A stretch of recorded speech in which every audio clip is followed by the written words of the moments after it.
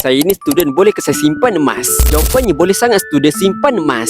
Sebab zaman student ni sebenarnya waktu paling sesuai nak mulakan tabiat menyimpan. Sebab bila kita dah kerja nanti, kalau tabiat tu tak ada, walaupun gaji kita RM3,000, RM5,000 pun kita tak akan mula buat simpanan. Percayalah, kita susah nak buat simpanan. Jadi macam mana student nak mula buat simpanan kan? Jadi mudah je, gunakan saja akaun Emas Republic Gold ni. Sebab di akaun Emas Republic Gold ni, student boleh mula buat simpanan dalam bentuk emas ni minimum serendah RM100 yang pertama. Dan yang bestnya student, akaun Emas Republic Gold ni ia bukan satu komitmen wajib bulanan. Kalau bulan tu ada bajet lebih, simpan lebih. Tapi kalau bulan tu tiada bajet, tak apa, akaun emas tu tetap aktif. Yang penting mula bina tabiat, tukarkan duit kita tu kepada bentuk emas. Bayangkan masa tengah belajar ni dah mula buat simpanan dalam bentuk emas ni sikit-sikit. Mungkin lepas habis belajar nanti dah ada 5 gram, 10 gram, malah boleh sampai 50 gram emas. Dan bila harga emas naik nanti, nilai simpanan kita pun turun naik sama. Simpan emas ni bukan pasal kaya ataupun miskin, tapi pasal siapa yang berani mula buat simpanan emas ni daripada awal. Kalau student simpan emas ni daripada awal, percayalah tanpa tuan-puan sedar, tuan-puan dah ada simpanan emas yang banyak. Jadi untuk student yang nak mula buat simpanan dalam bentuk emas, boleh klik sahaja link di bio saya untuk saya bantu.